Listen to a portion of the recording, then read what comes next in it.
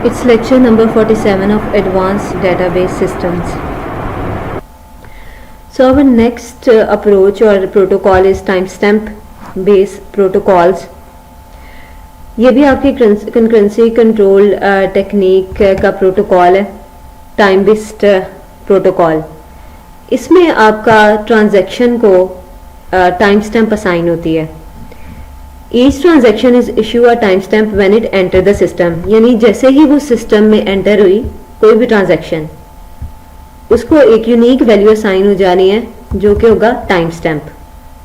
अब वो time stamp values की क्या हो सकती है? ये आपका सिस्टम की क्लॉक की वैल्यू भी हो सकती है या कोई भी वैल्यू यूनिक हो सकती है. फॉर एग्जांपल 10, 20, 30, 40 कोई भी वैल्यू टाइम स्टैम्प की आप असाइन करवा सकते हैं.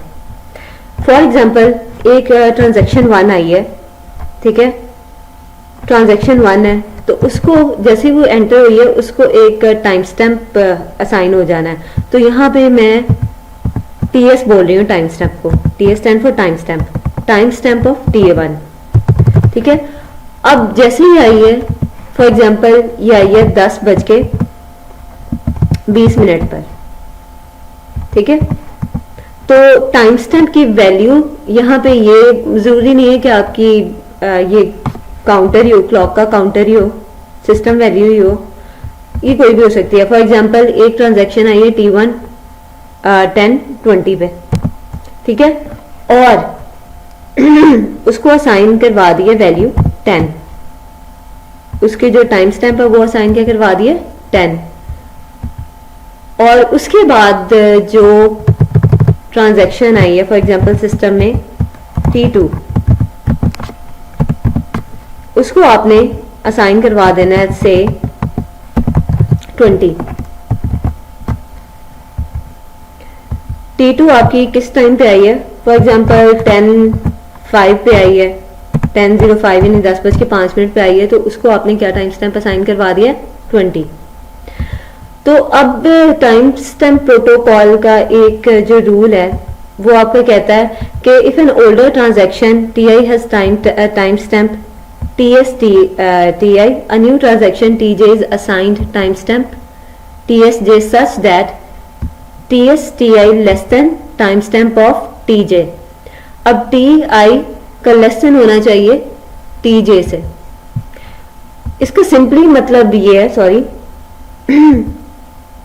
इसका सिंपली मतलब ये है कि जो आपकी ओल्डर ट्रांजैक्शन आई है उसका टाइम स्टैम्प क्या होना चाहिए? T1 का टाइम स्टैम्प होना चाहिए हमेशा less than time stamp of T2. ये रूल है कि हमेशा जो नई आने वाली ट्रांजैक्शन है उसका ग्रेटर होना चाहिए ओल्डर वन से. अब यहाँ पे ओल्डर ट्रांजैक्शन आपकी कौन सी है? इट्स अ कॉमन सेंस के यहाँ पे आपकी जो पहले आई है ट्रांजैक्शन यानी T1 आपकी पहले आई है 10:20 पे, दैट्स द ओल्ड ट्रांजैक्शन. और जो उसके बाद आई है वो आपकी कौन सी है? Younger transaction. तो सेकंड रूल आपका किस तरह है कि आपने टाइम स्टैम्प किस तरह असाइन कराना है, टाइम स्टैम्प की वैल्यू असाइन किस तरह ट्रांजैक्शन को करानी है कि जो ओल्ड ट्रांजैक्शन है उसकी जो वैल्यू होगी टाइम स्टैम्प की वो लेस होगी टाइम स्टैम्प की value of younger transaction T2, ठीक है.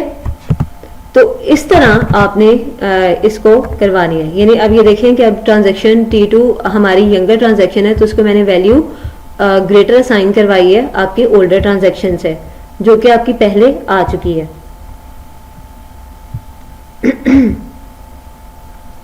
Next we have two more timestamp value of time-based protocol: write timestamp Q and read timestamp Q. अब write timestamp Q और read timestamp Q है. Q क्या है? write timestamp Q है is the largest timestamp of any transaction that execute write Q successfully. ये simply आपकी उस transaction की टाइम स्टैम्प है जिसने सक्सेसफुली राइट परफॉर्म करवाया है किसी भी डाटा आइटम क्यू पे. ठीक है, क्यू क्या आपका डाटा आइटम क्यू। अब टाइम बेस्ड प्रोटोकॉल में 3 टाइम है आपके पास। एक टीएस, जहां पे जब आपके पास ट्रांजेक्शन आई है, सिस्टम में एंटर हुई है, तो आपने उसे फौरन ही टाइम असाइन करवा देना। उसके बाद आपका रीड टाइम स्टैम्प है और राइट टाइम स्टैम्प है, जो डाटा आइटम पे वर्क करता है। तो पहले राइट टाइम स्टैम्प को देखते हैं। Is the largest time stamp of any transaction that execute right Q successfully. So for example, जो आपका यहाँ पे एक राइट टाइम स्टैम्प को समझने के लिए, राइट टाइम स्टैम्प को समझने के लिए मैं ये लिख रही हूं। फॉर एग्जाम्पल, आपकी एक ट्रांजैक्शन आई है T1, ठीक है, T1 आई है, उसको टाइम स्टैम्प असाइन कर दिया 10। देन उसके बाद T2 आई है transaction. Then we have transaction number 3 system में आई है। तो जो पहले ओल्डर ट्रांजैक्शन आई है उसको हमने 10 असाइन करवा दिया। जो आपकी जो उसके बाद आई है यंगर ट्रांजैक्शन T2, उसको आपने क्या करा दिया 20, और T3 को आपने क्या असाइन करा दिया 30। अब राइट टाइम स्टैम्प आपको क्या कहता है? The largest time stamp of any transaction that execute write operation successfully, जिसने आपके डाटा आइटम को पे राइट लेटेस्ट किया है। ये वो वाली वैल्यू है। राइट टाइम स्टैम्प के पास वो वाली वैल्यू है कि जिस ट्रांजैक्शन ने उसको करंटली रीड किया है उसकी वैल्यू है, उसके टाइम स्टैम्प की वैल्यू है। तो अब यहाँ पे देखिएगा कि अगर ट्रांजैक्शन 1 आई है, उसने राइट करवाया है एक डाटा आइटम ए को से, फिर उसके बाद ट्रांजैक्शन नंबर 2 आई है, उसने डाटा आइटम ए को राइट करवाया। उसके बाद ट्रांजैक्शन नंबर 3 आई है, उसने भी ए को राइट करवाया।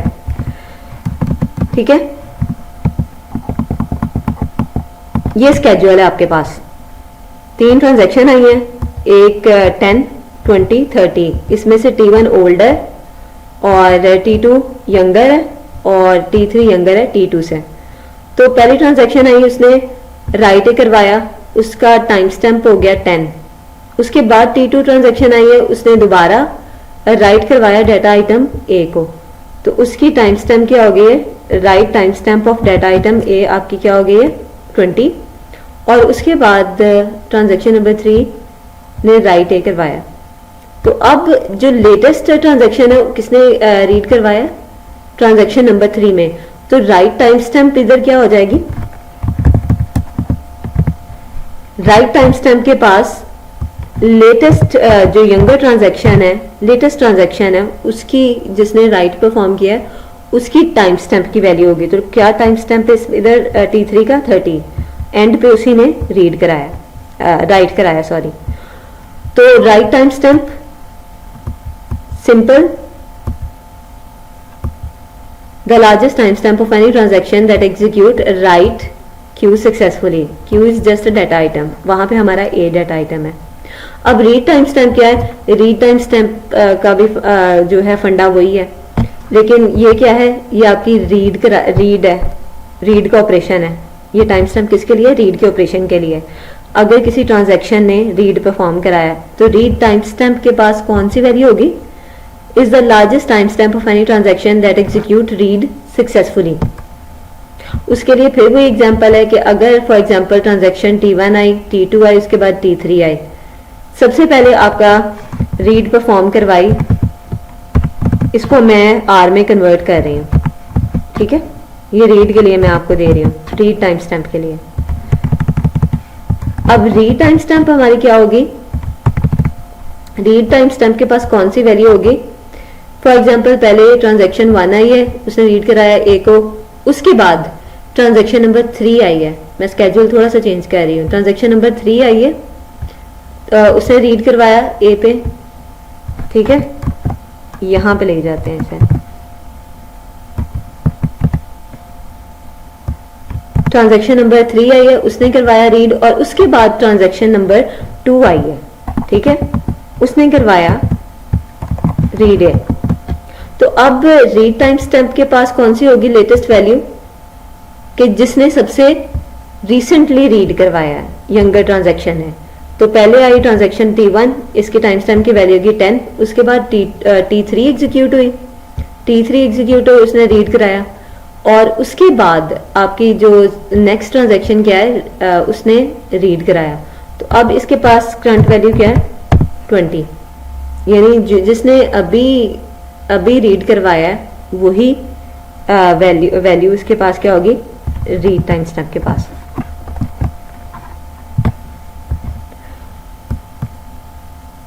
तो अब इसमें आपका क्या है, इसमें आपके वही मैं बात करने जा रही हूँ कि 3 टाइम स्टैम्प है। जब ट्रांजैक्शन एक पहले आई तो उसको ट्रांजैक्शन को एक टाइम स्टैम्प असाइन हो गया, ओल्डर ट्रांजैक्शन को यंगर ट्रांजैक्शन से लेस टाइम असाइन होना है, यानी जो पहले आएगा उसकी वैल्यू उसका टाइम स्टैम्प क्या होगा, लेसर होगा जो बाद में आई है ट्रांजैक्शन उनसे। और उसके बाद राइट टाइम स्टैम्प है और रीड टाइम स्टैम्प है। जिस मतलब ये आपका राइट टाइम स्टैम्प क्या है, the largest time stamp of any transaction that execute write operation, and read time stamp the largest time stamp of any transaction that execute read successfully. अच्छा, अब हमारे पास कुछ सेट ऑफ रूल्स हैं read time stamp के, और ये time based protocol में कुछ सेट ऑफ रूल्स हैं कि उन्होंने रीड और राइट किस तरह परफॉर्म करवानी है। अगर कोई ट्रांजैक्शन आती है तो उसने data item share data item के साथ किस तरह रीड और राइट परफॉर्म करवानी है। तो सबसे पहले आपने एक चीज अपने माइंड में बिठा लेनी है, वेरी इंपॉर्टेंट पॉइंट, कि जो ट्रांजैक्शन पहले आई है वही कंप्लीट होगी, यानी जो ट्रांजैक्शन आपकी सबसे पहले स्केड्यूल में आई है वही सबसे पहले कंप्लीट होगी, और उसके बाद दूसरी ट्रांजैक्शन कंप्लीट होगी। ये आपका टाइम बेस्ड प्रोटोकॉल का सबसे इंपॉर्टेंट रूल है। और ओल्डर को आप क्या दे रहे हो, इसका मतलब है प्रायोरिटी दे रहे हो, यानी ओल्डर ट्रांजैक्शन जो भी आपकी आई है आपको उसको पहले कंप्लीटली एग्जीक्यूट करना है, उसके बाद T2 की बारी आएगी और उसके बाद T3 की बारी आएगी। यानी आपने ओल्डर ट्रांजैक्शन को सबसे पहले प्रायोरिटी देनी है, उसे आपने कंप्लीट करना है। ये बात आपने ये through out the lecture mind में रखनी है। अब हम रूल्स की तरफ आते हैं। ये रूल्स आपने हमेशा याद रखने हैं जब आपकी ट्रांजैक्शन एक एग्जीक्यूट हो रही होगी और उसमें रीड और राइट के ऑपरेशंस आएंगे, ठीक है। तो टाइम बेस्ड प्रोटोकॉल के कुछ रूल्स हैं। अगर T1 इश्यूज राइट तो कौन से सेट ऑफ रूल फॉलो होंगे कि आपका रीड या आपका राइट अलाउ होगा कि नहीं उस ट्रांजैक्शन के लिए, या रोल बैक हो जाएगी वो ट्रांजैक्शन। और सेकंड आपका रूल है रीड रूल, यानी 2 ही इश्यूज आ सकते हैं। अगर T1 इश्यूज रीड तो उसको क्या सेट ऑफ रूल फॉलो करते हैं, और अगर कोई ट्रांजैक्शन राइट कराना चाह रही है तो उसको कौन से सेट ऑफ रूल फॉलो करने हैं इन टाइम बेस्ड प्रोटोकॉल। तो वो वाला पॉइंट आपने हमेशा याद रखना है कि ओल्डर ट्रांजैक्शन को प्रायोरिटी देनी है, यानी प्रायोरिटी देने का मतलब है कि जो ट्रांजैक्शन पहले आई है उसे पहले कंप्लीट एग्जीक्यूट करना है। जैसे ही वो कंप्लीटली एग्जीक्यूट हो गई उसके बाद दूसरी ट्रांजैक्शन यंगर ट्रांजैक्शन की बारी आएगी, ठीक है। अब आते हैं हम अपने एग्जाम्पल की तरफ।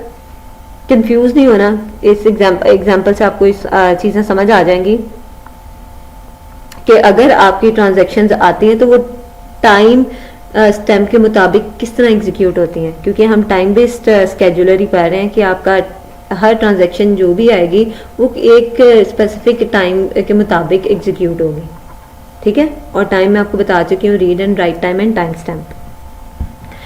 तो अभी हम एक एग्जाम्पल लेते हैं।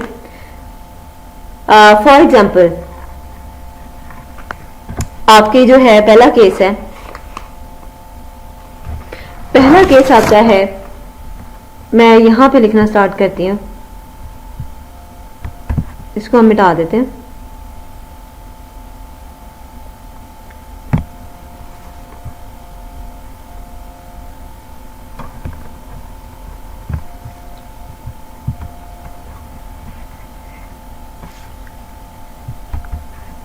इसको भी हम मिटा देते हैं।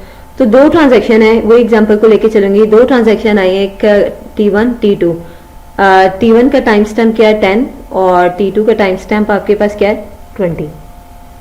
अच्छा, अब हमारे पास जो T1 ट्रांजैक्शन है, फॉर एग्जांपल उसके पास आपका आया है it want to read data item number A, ठीक है। और उसके बाद एक ट्रांजैक्शन है आपकी T2, वो आपकी क्या करना चाह रही है, उस डाटा आइटम को राइट कराना चाह रही है A को। तो अब जो आपकी ओल्डर ट्रांजैक्शन है, ठीक है, ओल्डर ट्रांजैक्शन है, उसने अगर डाटा रीड करवा लिया A का डाटा रीड करवा लिया, और उसके बाद यंगर ट्रांजैक्शन है, उसने क्या करवाया, उसको डाटा को राइट कर दिया, यानी उसकी वैल्यू को अपडेट कर दिया। तो दैट मीन ये आपने जो है इस T2 और T1 की ट्रांजैक्शन को आपने कंप्लीट होने देना है, ठीक है। There is no problem. यहाँ पे मेरे कहने का मकसद ये है, फॉर एग्जाम्पल T1 A की वैल्यू आपकी पहले क्या थी 10, ठीक है। अब क्योंकि ये ओल्डर ट्रांजैक्शन है, उसे रीड करके अपना काम खत्म कर लिया, वो होगी complete, transaction number T1 complete होगी। उसके बाद एक यंगर ट्रांजैक्शन आई है, तो यंगर ट्रांजैक्शन ने क्या करवाया है, A को राइट करवा दिया, यानी उसकी वैल्यू 20 कर दी है।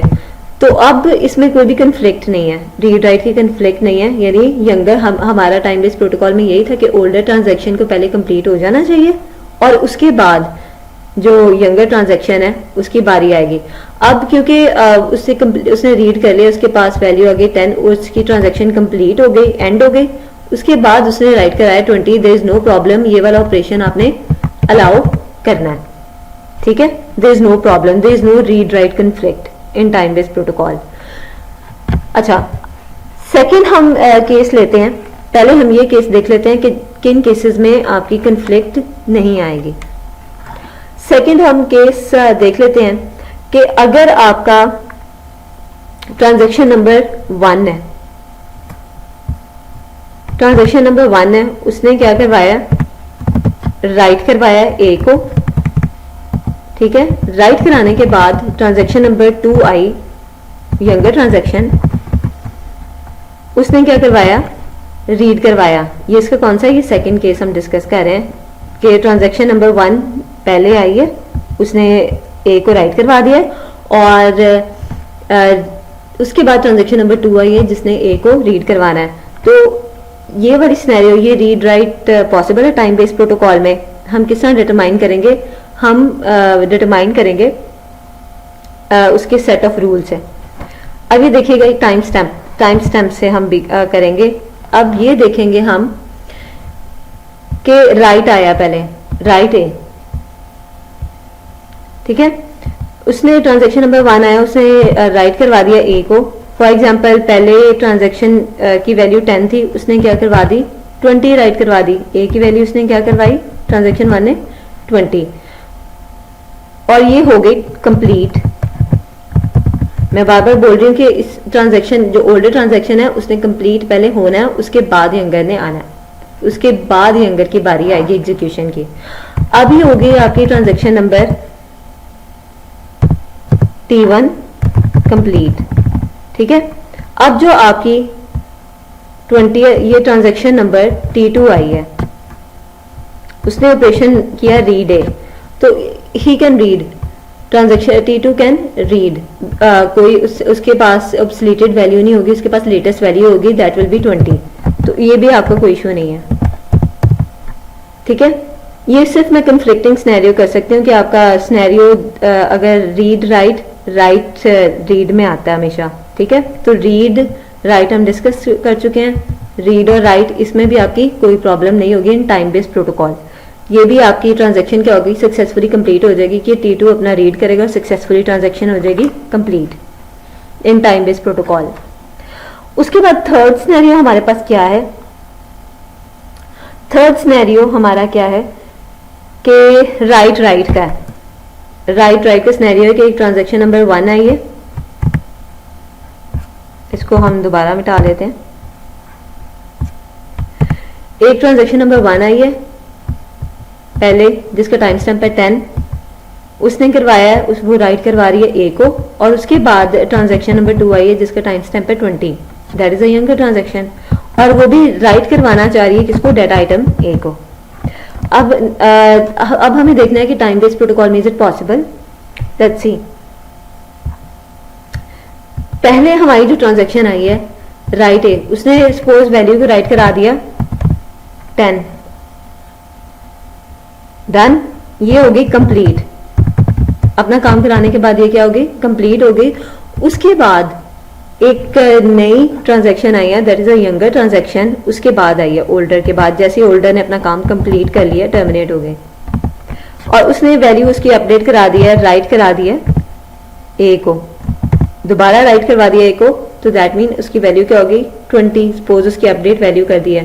तो ये ट्रांजैक्शन भी आपकी क्या है, पॉसिबल, ये आपकी क्या है, नो प्रॉब्लम, ये ट्रांजैक्शन भी आपकी सक्सेसफुली अलाउ हो जाएगी, इन टाइम बेस्ड प्रोटोकॉल कंप्लीट हो जाएगी, बिकॉज यहाँ पे कोई भी ऑब्सोलेटेड या ओल्ड वैल्यू रीड या राइट नहीं कर रहा, रीड और राइट की कन्फ्लिक्शन नहीं आ रही, ठीक है। और रीड की कन्फ्लिक्शन तो आ ही नहीं सकती, बिकॉज रीड और रीड आपका क्या है कि जो वैल्यू अपडेट तो कोई हुई नहीं है, तो वैल्यू दोनों ट्रांजैक्शन ने अगर रीड की है तो वो वाला सिनेरियो आपका विदाउट एनी प्रॉब्लम एग्जीक्यूट हो जाएगा।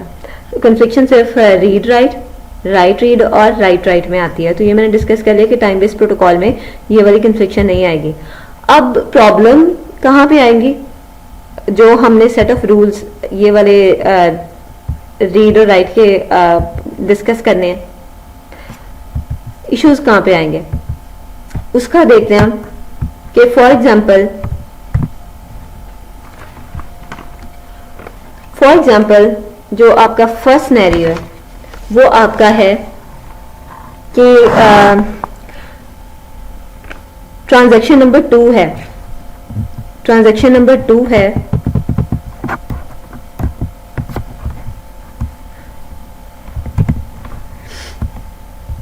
इसका हम टेबल बना लेते हैं।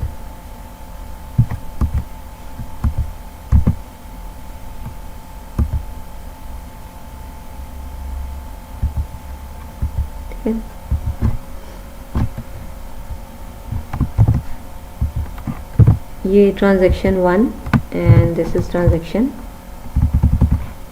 2। तो इसका टाइम स्टैम्प है 10 और इसका है 20।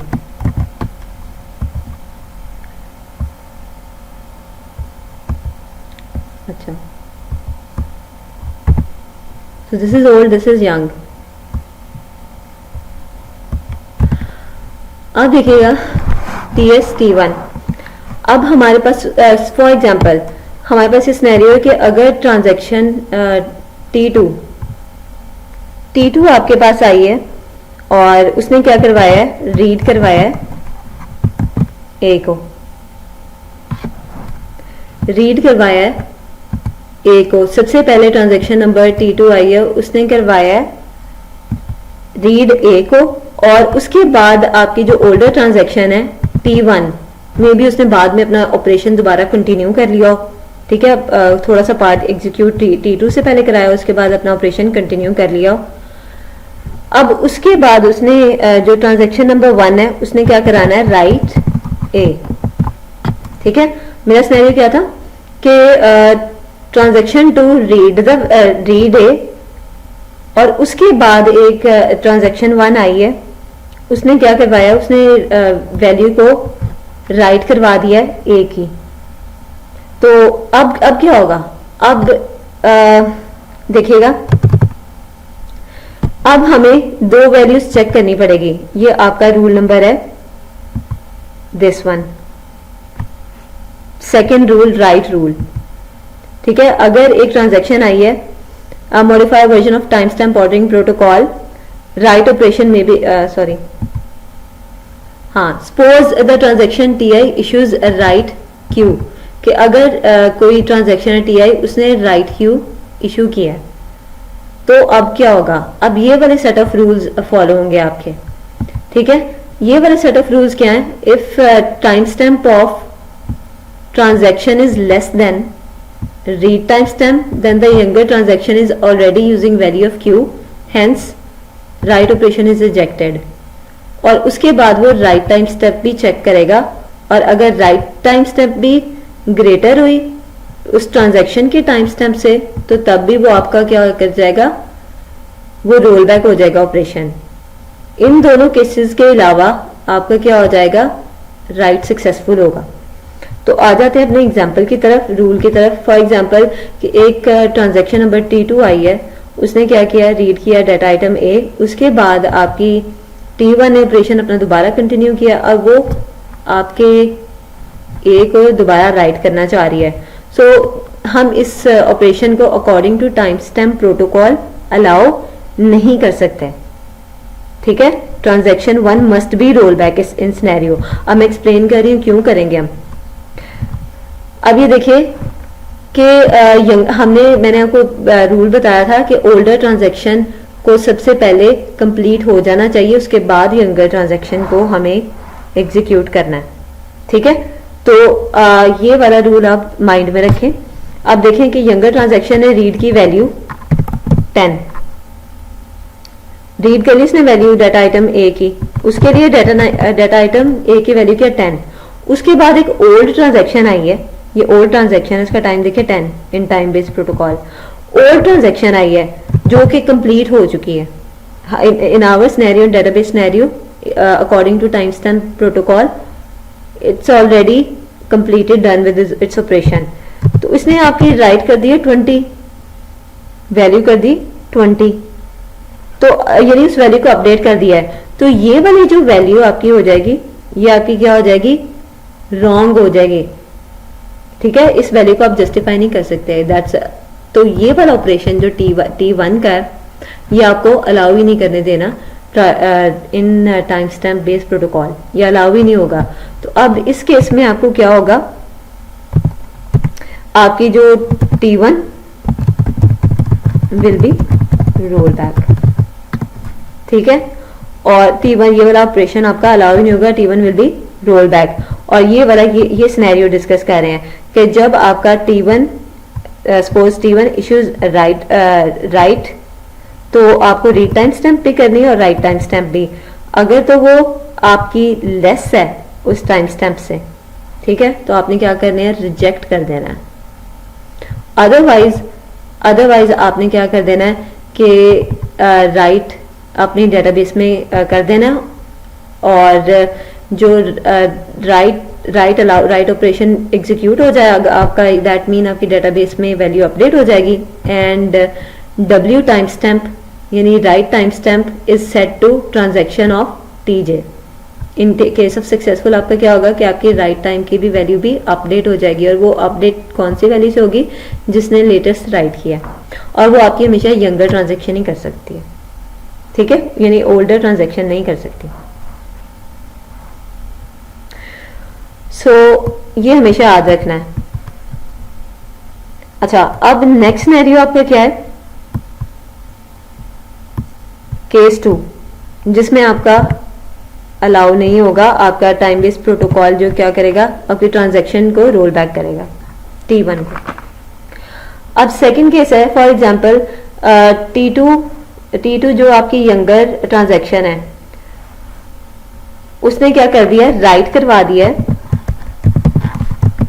A को, और उसके बाद आई है ट्रांजैक्शन नंबर T1, और उसने क्या किया है, रीड करवा लिया है A की वैल्यू को। यानी पहले आई है transaction number T2 younger transaction, उसके बाद ओल्डर ट्रांजैक्शन आपके पास आ गई दोबारा से रीड A, ये स्केजुलर है, ठीक है, ये स्केजुलिंग टेबल है। तो अब क्या होगा, अब टाइम बेस्ड प्रोटोकॉल इसको अलाउ करेगा according to these rules, these read write rules. ये आपका राइट रूल्स है, और ऊपर आपके क्या है, रीड रूल्स हैं। ये अब देखते हैं राइट ए। अब क्या होगा, राइट ए ने अब क्या किया है, right a transaction number T2 आई है, उसने कर दिया राइट 20। फॉर एग्जाम्पल ए की वैल्यू क्या कर दी उसने, राइट करवा दी 20, ए की वैल्यू होगी 20। उसके बाद एक ओल्डर ट्रांजेक्शन आई है जो कि हमारे मुताबिक टाइम स्टैम्प के मुताबिक हमारी कंप्लीट हो चुकी है। उसने वैल्यू रीड कर ली है, उसने वैल्यू रीड कर ली है 20, कर ली यहां तक। अब mean while transaction number 2 read करने के बाद, मीन वाइल ट्रांजेक्शन नंबर 2 का कोई और भी काम था, सपोज ये रीड के बाद, अब यहां ये काम ट्रांजेक्शन नंबर 2 करवाते करवाते ये क्या हो गई है, फेल हो गई है, ये फेल हो गई है। ये अगर फेल हो गई ट्रांजेक्शन तो आपका डीबीएमएस आपको पता है खुद ही रोल बैक कर लेता है इसे, ये होगी रोल बैक। अब ये होगी रोल बैक, तो how you will justify the older transaction value 20, ये वाली वैल्यू अब जस्टिफाई हो ही नहीं सकती, ये आपकी क्या है, डर्टी रीड है, ये आपकी डर्टी रीड है। You can justify this value, this is a wrong value. तो इन टाइम बेस्ड स्केड्यूलर आपको ये अलाउ करना ही नहीं है, यानी अगर आपकी ओल्डर ट्रांजैक्शन रीड कराना चाहे बाद में, ठीक है, तो आपको वो अलाउ करनी ही नहीं है, यानी ओल्डर ट्रांजैक्शन को आपने समझना है वो कंप्लीट हो गई है, उसको आपने अलाउ करना ही नहीं है। तो इन टाइम बेस्ड सिनेरियो ये आपका क्या होगा कि जैसे ही आपकी उसने देखा उसका टाइम स्टैम्प क्या है, ओल्डर है आपके रीड टाइम स्टैम्प से, अब आप कौन सा रूल चेक करोगे, रीड वाला, क्योंकि आपकी ट्रांजेक्शन टीआई क्या करवाना चाह रही है, ओल्डर ट्रांजेक्शन रीड कराना चाह रही है, तो आप रीड वाला चेक करोगे यहां से। T1 इश्यूज रीड, अगर तो T1 है, यहां पे हम करेंगे T1 less than right time stamp. हम राइट टाइम स्टैम्प क्यों कर रहे हैं, क्योंकि आपका रीड जो है वो हमेशा राइट के साथ कन्फ्लिक्ट करता है। अगर राइट टाइम स्टैम्प की वैल्यू लेस है, ठीक है, लेस देन है, अगर ग्रेटर है, राइट टाइम स्टैम्प की ग्रेटर है आपकी उस टाइम स्टैम्प की ट्रांजैक्शन से, यानी आपकी वो ओल्डर ट्रांजैक्शन है, देन आपने जो है वो रीड अलाउ नहीं होने देनी चाहिए, ठीक है। यानी ये देखें ना, इसका टाइम आपका 20 है और इसका आपका क्या है, T1 का लेस है। राइट टाइम स्टैम्प इसका क्या हो जाएगा, ए का राइट टाइम स्टैम्प ऑब्वियसली 20 हो जाएगा, राइट टाइम स्टैम्प हो जाएगा 20,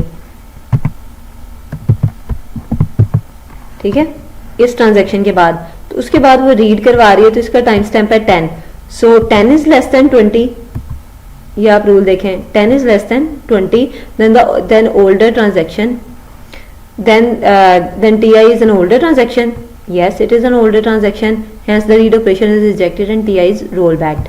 ये हमारा टाइम बेस में अलाउ ही नहीं होगा, तो ये वाला जो है T1 क्या हो जाएगी, ये आपकी हो जाएगी रोल बैक, यानी ये ट्रांजेक्शन आपकी रोल बैक हो जाएगी फेल होके। अब थर्ड हमारा कंफ्लिक्टिंग सिनेरियो कौन सा है, जिसमें आपका ये टाइम बेस प्रोटोकॉल क्या करेगा, फेल होगा, रोल बैक करेगा।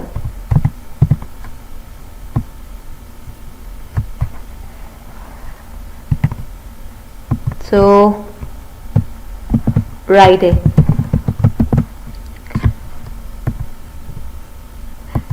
सपोज हमारा सिनेरियो ये है, थर्ड सिनेरियो हमारा राइट है, transaction number T2 time stamp number 20 पे आई है और उसने क्या करवा दिया है, राइट करा दिया ए को, और उसके बाद आपकी आई है transaction T1, older transaction I है जिसका टाइम स्टैम्प है 10, और उसने क्या कराया, वो डाटा आइटम नंबर ए को राइट करवाना चाह रही है। अब ये भी हमारा जो टाइम बेस्ड प्रोटोकॉल है, इस मेथड को अलाउ नहीं होने देना आपने, इस जो ट्रांजैक्शन स्केड्यूलर को अलाउ नहीं होने देना। क्यों नहीं अलाउ होने देना, लेट्स सी अब अकॉर्डिंग टू दीज रूल्स, ठीक है, इन रूल्स के मुताबिक ये भी अलाउ नहीं होगा। हाँ देखिए, राइट है, राइट आया, ट्रांजैक्शन नंबर 2 आई है, उसने ऑलरेडी वैल्यूज की क्या कर दिया, ए की वैल्यू क्या कर दी है 20, अब उसकी जो राइट टाइम स्टैम्प है, यहां पे मैं राइट टाइम स्टैम्प लिख देती हूँ।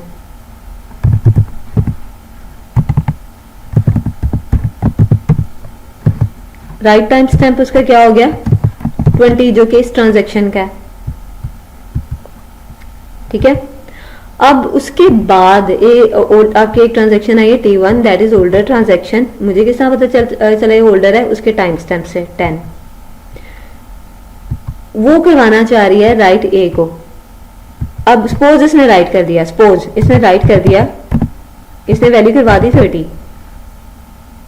इसने वैल्यू जैसे ही 30 कराई तो यानी उसने दोबारा ओल्ड वैल्यू, ओल्ड जो ट्रांजैक्शन है उसने 30 करा दी, जो कि according to time based protocol complete हो चुकी है। तो अब आपके पास क्या होगी, ये जो 20, ये T2 की वैल्यू क्या हो जाएगी, ऑब्सोलीट हो जाएगी। यानी आपकी ऑब्सोलीटेड वैल्यू 20 वैल्यू कौन सी आपकी, दिस इज ऑब्सोलीटेड। ठीक है, तो ये इसलिए हम इसको टाइम बेस्ड प्रोटोकॉल में अलाउ ही नहीं करेंगे, ये वाला सिनेरियो अलाउ ही नहीं है अकॉर्डिंग टू दीज रूल्स। अब देखें, जैसे ही आपका राइट ऑपरेशन आया, इसको आप डर्टी राइट बोलोगे, दैट्स आवर डर्टी राइट, कि आपकी जो यंगर ट्रांजैक्शन है उसने राइट जो करा दी है वैल्यू 20। ठीक है, और नई ट्रांजैक्शन आई है, ओल्डर ट्रांजैक्शन आई है जो कि according to our scheduler complete हो चुकी है, उसे पकड़ के वैल्यू राइट चेंज कर दी है, तो ये वैल्यू तो आपकी राइट वाली ऑब्सोलीट हो गई। So that is wrong. तो इस ट्रांजैक्शन को हमने कंप्लीट नहीं होने देना। अब T1 क्या होगी अकॉर्डिंग टू दिस, अब हमारा राइट का राइट कन्फ्लिक्ट आएगी, T1 इश्यूज राइट क्यू। अब हम देखेंगे, हमने चेक की write time stamp, if time stamp TI less than equals to write time stamp. अब TS time stamp, TS of T1 कितनी है 10, और राइट टाइम स्टैम्प क्या था उसका 20, क्योंकि ट्रांजैक्शन नंबर 2 ने पहले ही कर लिया था। तो यहाँ पे अगर ये कर दें तो इसका हो गया 20, सो 10 लेस देन 20 हो गई है ट्रू। तो उसके बाद इसे कहना hence the write operation is rejected and TI is roll back. तो T1 ने क्या हो जाना, आपका रोल बैक हो जाना है, T1 ने आपका रोल बैक हो जाना है, ये ऑपरेशन इसमें अलाउ नहीं होगा। ठीक है, बिकॉज हम ये जस्टिफाई नहीं कर सकते हैं। तो आपने अब एक ही जो मैंने आपको इम्पोर्टेंट पॉइंट देखा है कि जो ओल्डर ट्रांजैक्शन है ना, ओल्डर ट्रांजैक्शन को अपना काम पहले कंप्लीट करवाना है, उसके बाद यंगर ट्रांजैक्शन, जैसे वो कंप्लीट होगी ओल्डर ट्रांजैक्शन, उसके बाद यंगर ट्रांजैक्शन अपना काम करवाएगी। तो then you will understand the whole concept. दोबारा इसे सॉल्व करोगे ये पूरे सिनेरियोज को, तो वो आपसे सॉल्व हो जाएंगे।